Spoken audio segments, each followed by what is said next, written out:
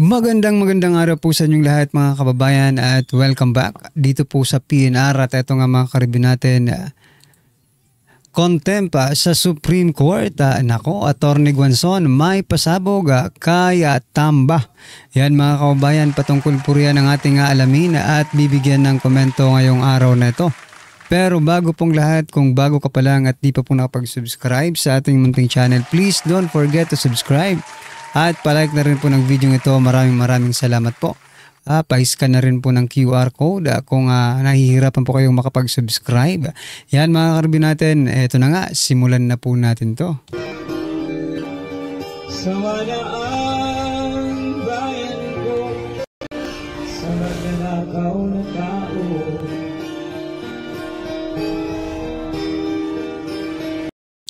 So yan mga kababayan, bago po natin muling i-play ang video ito at bigyan natin ng reaksyon, ito pasadahan po muna natin ang mga nagte-trending na mga balita dito po sa mundo ng social media at unahin na nga po natin to mga kababayan.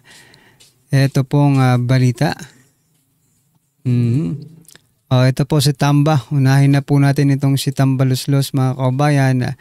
Nako, itong si Atty. Rowena Guanzon, former COA Commissioner mga kababayan, di ba?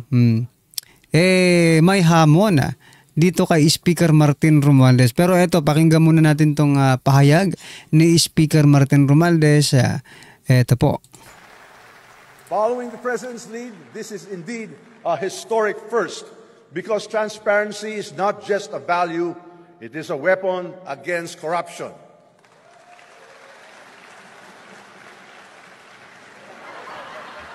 Parang lasing lang We will allow the participation of watchdogs in all budget deliberations. Bangag from ka ba? committee to the plenary.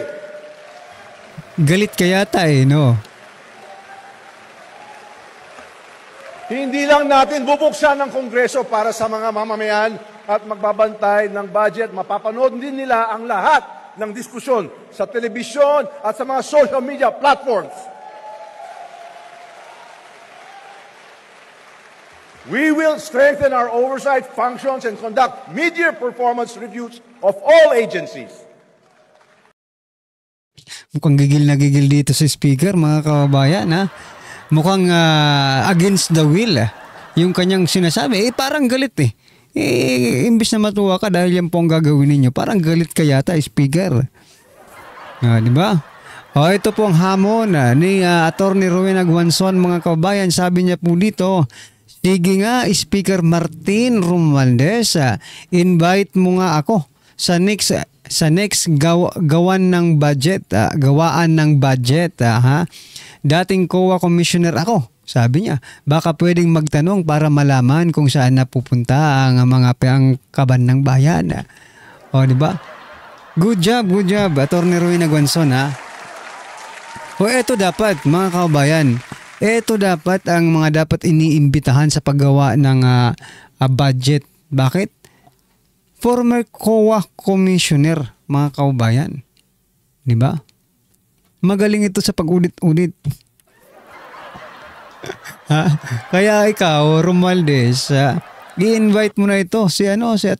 Rowena Guanzon para magkaalaman talaga kung talagang wala kayong tinatago, invite nyo si Atty. Rowena Guanzon. Yan mga kababayan, ano pong inyong masasabi diyan? Sana nga i-invite po nila, no? Well, anyway, ito. Isa pang i-invite. Ito mga kababayan, sabi naman po dito, name and prove it. Sabi po, Magalong, very much welcome to testify in infra kickback prove. Ayon po kay Rendon. The chairman of the House Committee on Public Account is open to inviting Baguio City Mayor Benjamin Magalong to prove his claim that lawmakers receive kickbacks from government infrastructure project. Diba? Tama naman yan Tama po yan. Na-invite rin natin or invite ninyo si Mayor Magalong kasi siya po ang pinaka vocal pagdating po dito sa kickback na ito. Pero teka lang, paano kung ganito ang sitwasyon mga kababayan? So ipapakita po natin sa susunod na balita, paano kung ganito? Paano kung ganito po ang sitwasyon, O yan, Paano kung hindi siya congressman, hindi siya politiko, pero kapatid siya ng politiko at isa po siyang kontraktor? Ito po ang balita or ito po yung post ni Sir Jason sa. Sabi po dito, teka lang, hindi nyo pala nakikita. Ayan. Ayan o. Yan po ang kapatid ni Zaldico na si Kitoko. Matitindi ang pangalan nito, Kitoko. Sabi po dito, no? High Tone Construction and Development Corporation, co-founded by Christopher Kitoko, brother of former chairperson of House Committee on Appropriation, ako Bicol Party List Representative Zaldico, has secured a total of 22.05 billion DPWH contracts for project like roads, flood control projects, bridges, multipurpose buildings, etc. from 2023 to 2025 mga kababayan. So, paano kung ganito ang sitwasyon pala? Parang mayroong katulong, di ba? Hindi nga siyang kontraktor, pero yung kapatid niya naman ang kontraktor. Di ba magkakaroon po dito ng conflict of interest? Dapat siguro isama si Zaldico, mga kababayan, dyan po sa investigasyon na yan, pati itong kapatid niya. At malamang marami pa po ang iimbitahan sapagkat sabi nga po ni Sir Jason sa, correct me if I'm wrong, 67 na mga congressman ay mga kontratista rin, no? Yung mga kontraktor din, mga kaubayan. Ano po ang inyong masasabi dyan, mga karibin natin? I-comment nyo na lang po. At eto, pasadahan din po natin itong sinasabi ni President Bongbong Marcos Jr. Sabi niya po dito, ayaw na kitang kaalyado. Sabi sorry na lang, hindi na kita kaalyado kung ganyan ang ginagawa mo. Talaga ba? Binalaan ni President Bongbong Marcos ang mga opisyal na may pananagutan sa panukalang pagkukulang sa pagbibigay ng tulong sa mga Pilipino. Sa ikatlong episode ng BBM Podcast, iginiit niyang hindi siya magdadalawang isip na parusahan ang sino mang maging kaalyado man o hindi. Talaga ba? Minsan kasi ang hirap paniwalaan nito, mga kabayan, sapagkat kung iisipin mo, nandyan lang sa paligid niya yung mga tinutukoy niya, pero nandyan pa rin hanggang ngayon. Di ba? Wag puro salita, no? President Bongbong Marcos Jr., wag puro salita, gawin nyo na lang. Di ba? Kung talagang yan po ang prinsipyo mo, kung talagang yan po ang iyong kagustuhan, ay gawin mo na lang. Saka muna kami sabihan, tinanggal ko yan. Kaibigan ko yan, pero tinanggal ko yan. Kasi, di ba? Ganito, hindi gumagawa ng maganda. Yun sana. Pero kung uunahan mo kami ng mga salita, sawang-sawa na po kami sa inyong mga pangako. Di ba? Salita. Anyway, kayo mga kaubayan, ano po ang inyong masasabi dito? I-comment nyo na lang po. At eto, pasadahan po natin ang video ito. Ito mga karibin natin, bigyan po natin ng reaction to. Ito na po. Po ang ikinatataka ko sa ibang tao. Alam niyo po, klarong-klaro naman na under Section 1 of Article 8 ng ating konstitusyon, mayroon pong kapangyarihan ang Korte Suprema. In fact, hindi po ito optional. Nakalagay po doon, the Constitution uses the word, it is the duty, obligasyon po, katungkulan ng Korte Suprema na magdeklara kung meron nagki-question ng isang kilos o action of any department of government na ito ay tignan kung ito ay may grave abuse of discretion amounting to lack or excess of jurisdiction. Okay, ano pong ibig sabihin nito? Kapag may grave abuse po, walang jurisdiction ang isang body or tribunal or agency. Tumago tayo doon sa sinasabi nung iba. At tulad ni Riz Ontiveros at si Kiko Pangilinan, hindi bali na si Risa sana o si Bam Aquino. Baka hindi nila naunawaan yung nuances ng batas. Pero si Kiko Pangilinan, abogado naman po yan . Yung sinasabing the Senate is the sole trier of an impeachment case, that is on the assumption na may jurisdiction ang impeachment court.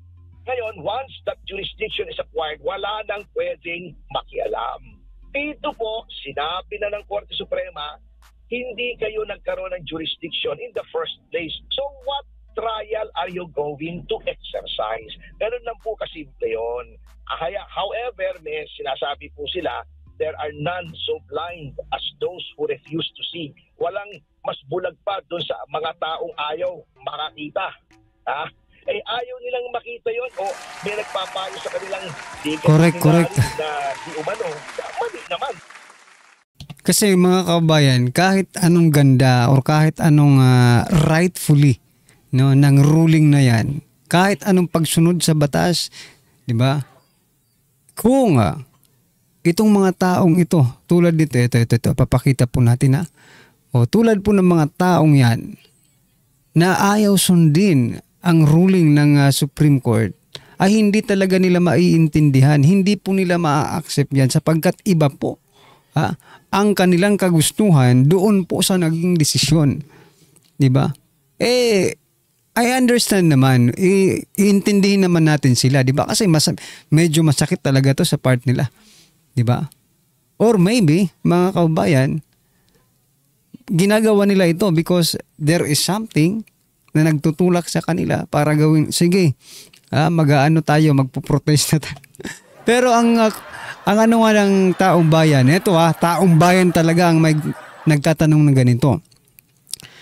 Bakit ayaw niyong sundin yung Supreme Court? Di ba?